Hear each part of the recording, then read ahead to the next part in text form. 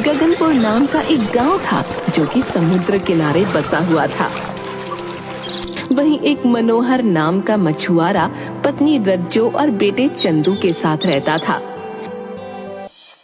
समुद्र किनारे गांव होने के कारण वहां ज्यादातर लोग मछली बेचने का काम ही करते थे, लेकिन सभी मछली पकड़ने केवल दाईं तरफ जाया करते थे, क्योंकि बाईं तरफ एक पुराना पानी का जहाज खड़ा था और लोगों का मानना था कि उसमें एक नाविक की आत्मा है। छगन टहलते टहलते समुद्री तट के बाईं तरफ पहुंच गया था। उसे ध्यान ही नहीं रहा था कि वहां वो रहता है। हे भगवान, मैं ये कहाँ आ गया? यहाँ तो वो रहस्यमयी नाविक रहता है। मुझे जल्दी से निकलना चाहिए। रुक जा, रुक जा, जा। हे भगवान, वो आ गया। छगन पीछे मुड़कर देखता है तो उसके सामने एक बहुत ही खतरनाक सा दिखने वाला आदमी खड़ा था। उसे देखकर छगन की चीख निकल जाती है और वो आदमी उसकी तरफ भागने लगता है। छगन भी हड़बड़ाकर वहाँ से भागता है और एक पत्थर से टकराकर गिर पड़ता है। वो खतरनाक आदमी अब छगन के पास आ चुका था और तभी छगन बेहोश हो जाता है। तो इससे किसने बोला था वहां जाने को? ये तो होना ही था।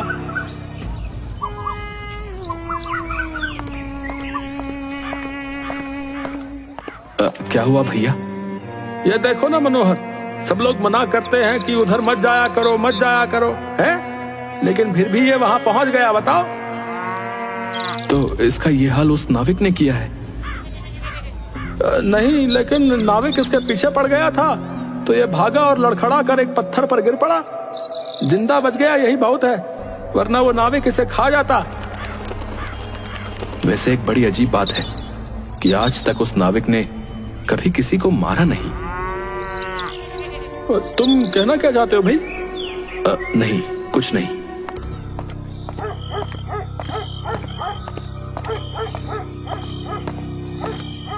अरे आप आ गए? आओ आओ, मैं आपका ही इंतजार कर रही थी। मेरा इंतजार करने का कोई फायदा नहीं है, क्योंकि मैं आज भी कुछ खाने को नहीं लाया हूँ। हे भगवान, ऐसे कैसे चल पाएगा? आज भी आपको कोई मछली नहीं मिली क्या? एक बहुत छोटी सी मछली मिली थी, लेकिन फिर वो भी मर गई तो किसी ने खरीदी ही नहीं। वहां मछुआरों की इतनी ज्यादा भीड़ होने लगी है कि मुझ जैसे छोटे मछुआरों को कुछ हासिल ही नहीं होता। तो आप दूसरी तरफ क्यों नहीं चले जाते? उधर कोई भी नहीं जाता है, वहां आपको आसानी से बहुत सारी मछलियां मिल जाएंगी। कोई नहीं जाता है तो उसका एक कारण है। वहां एक नाविक का भूत रहता है। भूत? क्या सच में ऐसा होता है या लोगों ने अफवाह फैला रखी है? सच है, तू इस बारे में बात मत कर, जा जाकर चुपचाप सो जा। चंदू जाकर लेट तो जाता है, पर वो अपने माँ बाप की बातें सुनता रहता है, जिससे उसे पता चलता है कि उसके पिता का काम बहुत बुरा चल रहा है। वो अगले दिन अपने दोस्त राजू से मिलता है, जो कि गांव के प्रधान हरि प्रसाद का बेटा था। मेरे पिता को भी एक भी मछली नहीं मिल रही है और हमारे घर में खाने के लाले पड़ गए हैं। इसलिए मैं सोच रहा हूँ कि मुझे समुद्र तट के बाईं ओर जाकर देखना चाहिए कि वहां क्या है, और कोई क्यों नहीं वहां जाता। तू पागल हो गया क्या? तुझे पता नहीं कि वहां एक नाविक का भूत रहता है? बड़े लोग तो कुछ भी मनगढ़ंत कहानियां बनाते रहते हैं। मैं जब तक अपनी आंखों से नहीं देख लेता ना, तब तक इन बातों पर विश्वास नहीं करूंगा। इसलिए मैं वहां जा रहा हूं और तू मेरे साथ चल रहा है। खुद को तो मारना चाहता है और मुझे भी मारना चाहता है। तुझे मेरी दोस्ती की कसम, तुझे मेरे साथ चलना पड़ेगा। दोस्ती की कसम के आगे राजू घुटने टेक देता है और चंदू के साथ वहां चला जाता है।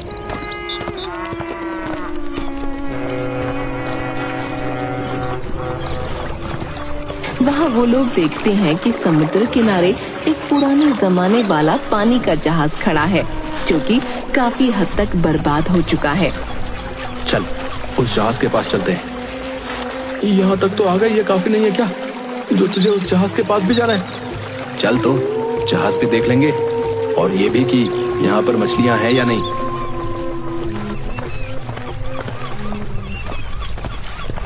वो लोग उस जहाज के पास पहुंचते हैं और पानी में देखते हैं तो वहाँ काफी मछलियाँ होती हैं। ये देखकर चंदू बहुत खुश हो जाता है, पर तभी उन्हें पीछे से किसी की आवाज आती है। मेरे शिकार आओ। ये तो वही रहस्यमयी नाविक है। भाग चंदू, ये भूत है। अरे चंदू जल्दी चल यहाँ से, वरना ये हमें मार डालेगा। अरे रुक तो, नहीं ये हमें मार डालेगा।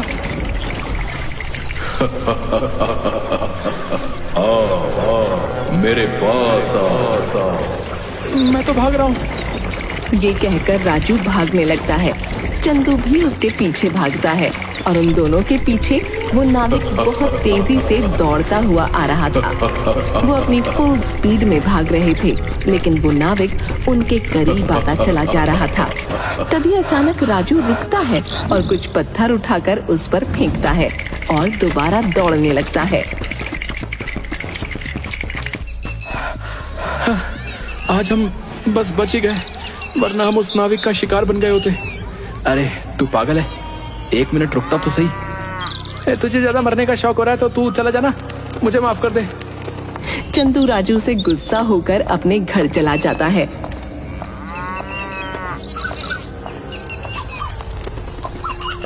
इधर राजू अपने पिता के पास जाता है और उनसे मछुआरों की दिक्कत की बात करता है, क्योंकि वो भले ही डरपोक था, लेकिन था तो चंदू का दोस्त। उसे अपने दोस्त की फिक्र तो थी। पापा, हमारे गांव में बहुत से मछुआरों का काम सही नहीं चल पा रहा है, आप उनके लिए कुछ करते क्यों नहीं? तू ये सब क्यों सोच रहा है? क्योंकि आप नहीं सोच रहे हो, आप गांव के प्रधान हो, आपको इन चीजों का ख्याल रखना चाहिए। आपको पता भी है कि कितने ही मछुआरे भूखे सो रहे हैं आजकल। तो तुम्हें क्या मतलब है? तुम्हें तो खाने को मिल रहा है ना, खाओ और ऐश करो। मैं तो ऐश करूंगा, पर आप जो इतनी मछलियां बाहर एक्सपोर्ट करते हो, इनमें से कुछ मछुआरों के लिए क्यों नहीं छोड़ देते? सोच समझ कर बात कर रहे हैं, मैं तेरा बाप हूँ, मुझे राय मत दे, निकल यहाँ से। राजू को अपने पिता की बातें सुनकर बहुत दुख होता है और साथ ही चंदू की बातें उसके कानों में गूंजने लगती हैं। इसका मतलब चंदू की बात बिल्कुल सही थी। मेरे पापा प्रधान हैं, पर उन्हें मछुआरों की दिक्कत से कोई मतलब नहीं है, और उन बेचारे मछुआरों के घर में खाने को नहीं है। इस दिक्कत का एक ही इलाज है कि समुद्र तट के बाईं तरफ भी मछली पकड़ने का काम शुरू होना चाहिए। राजू को पूरी दिक्कत और उसका समाधान समझ तो आ गया था, लेकिन उसका डर उसे रोक रहा था। वहीं दूसरी तरफ चंदू के घर उसकी डांट पड़ रही थी, क्योंकि किसी ने उसे बाईं तरफ जाते देख लिया था। सच सच बता, क्यों गया था उधर? मैं उधर नहीं गया था। झूठ मत बोल, छगन ने तुझे जाते देखा था, तेरे साथ एक और लड़का भी था। सच सच बता, उधर क्यों गया था? तुझे यहाँ खेलने के लिए जगह कम पड़ रही है क्या, जो उधर चला गया? मैं वहाँ खेलने नहीं गया था। हाँ, अब आया ना लाइन पर। मतलब तू गया तो था उधर, अब ये भी बता दे कि क्यों गया था। दाईं तरफ मछली पकड़ने में पिताजी को बहुत दिक्कतें हो रही हैं, इसलिए मैं बाईं तरफ देखने गया था कि क्या वहाँ मछली पकड़ी जा सकती है या नहीं, ताकि हमारे घर के हालात सुधर सकें। ये सुनते ही रज्जो और मनोहर का गुस्सा प्यार में बदल गया। दोनों रोने लगे और चंदू को समझाने लगे कि उसे वहां दोबारा कभी नहीं जाना चाहिए। लेकिन नहीं, कोई लेकिन वेकिन नहीं। वादा कर कि आज के बाद तू उधर नहीं जाएगा, वादा कर। मैं वादा करता हूँ कि मैं आज के बाद कभी उधर नहीं जाऊंगा। चंदू मजबूरन वादा कर लेता है।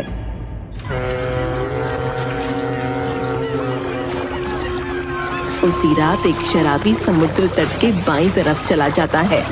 उसे बिल्कुल होश नहीं था। वो जाकर उस नाविक से टकरा जाता है। नाविक से टकराते ही उसे होश आ जाता है और वो बुरी तरह से चिल्लाते हुए वहां से भागने लगता है। नाविक उसके पीछे नहीं भागता है, बल्कि वो एक पत्थर उठाता है और दूर से उसे फेंक कर मारता है, जिससे वो आदमी बेहोश हो जाता है।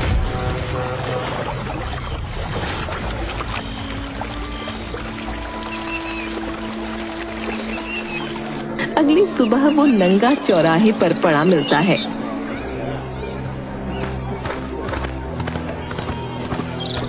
हाय हाय, ये शराबी भी ना रात में उस नाविक के पास पहुंच गया और उसने उसका ये हाल किया। राजू, तुझे एक बात अजीब नहीं लगती कि ये नाविक किसी को जान से नहीं मारता है? तो तू क्या चाहता है, वो सबको मार डाले? मैं क्या चाहता हूँ ये पॉइंट नहीं है। अगर वो सचमुच एक भूत है तो वो लोगों को मारता क्यों नहीं है, ये पॉइंट है। हाँ, ये बात तो तू सही कह रहा है। उस दिन मैंने जब उसे पत्थर फेंक के मारे थे तो वो भी उसके ऐसे ही पड़े थे जैसे किसी इंसान के पड़ते। उससे वो रुक भी गया था। यही तो मैं भी कहना चाह रहा हूँ, शायद ये शक हमारा सही हो कि वो रहस्यमय नाविक कोई भूत नहीं बल्कि इंसान। पर वो इंसान ऐसा क्यों कर रहा है, इसका पता लगाना पड़ेगा और उसके लिए हमें वहां दोबारा जाना होगा।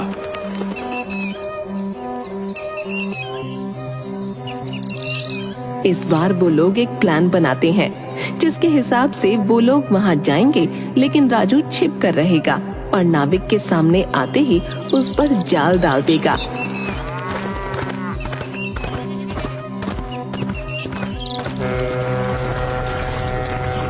नाविक जी, नाविक जी। तुम वापस आ गए। चलो, अच्छा है। वैसे भी भूख लग रही थी।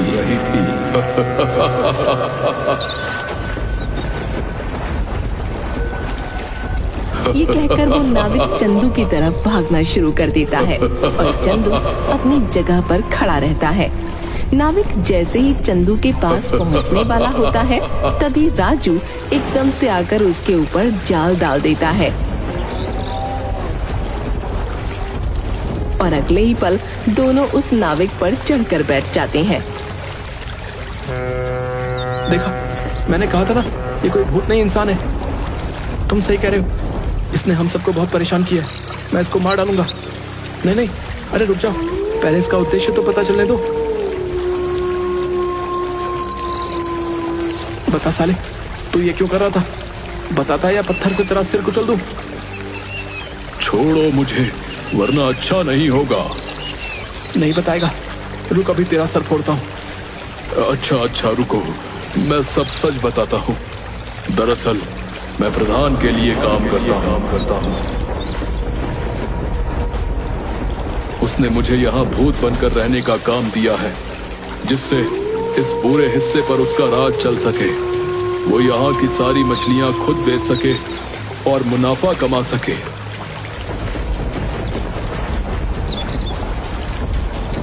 क्या मेरे पापा ने तुमसे ये सब करने को कहा था? चंदू और राजू वापस गांव में जाते हैं और सबको ये सच्चाई बताते हैं।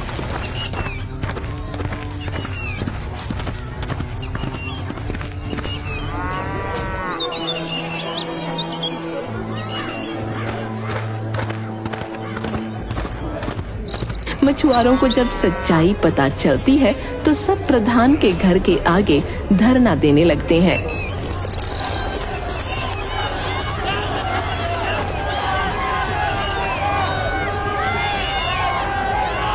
पर प्रधान अपनी गलती मानने को तैयार नहीं था। तब राजू कहता है, पापा, आप लोगों को उनका हक दोगे या मैं आपको छोड़कर चला जाऊं? मैं चला ही जाता हूं। अब रुक जाओ बेटा, मैं अपना गुनाह कबूल करता हूं। मैं मानता हूं कि ये मैंने ही किया था। वहां कोई भूत नहीं था। ये भूत मैंने अपने फायदे के लिए बनाया था। आप लोग मुझे माफ कर दीजिए। अब से समुद्री तट का बायां हिस्सा भी आप लोगों का है। ये सुनकर सारे मछुआरे खुश हो जाते हैं। चंदू के माता पिता के साथ सारे मछुआरों की दिक्कत अब दूर हो चुकी थी। अब कोई रहस्यमय नाविक नहीं था, सिर्फ खुशहाल मछुआरे थे।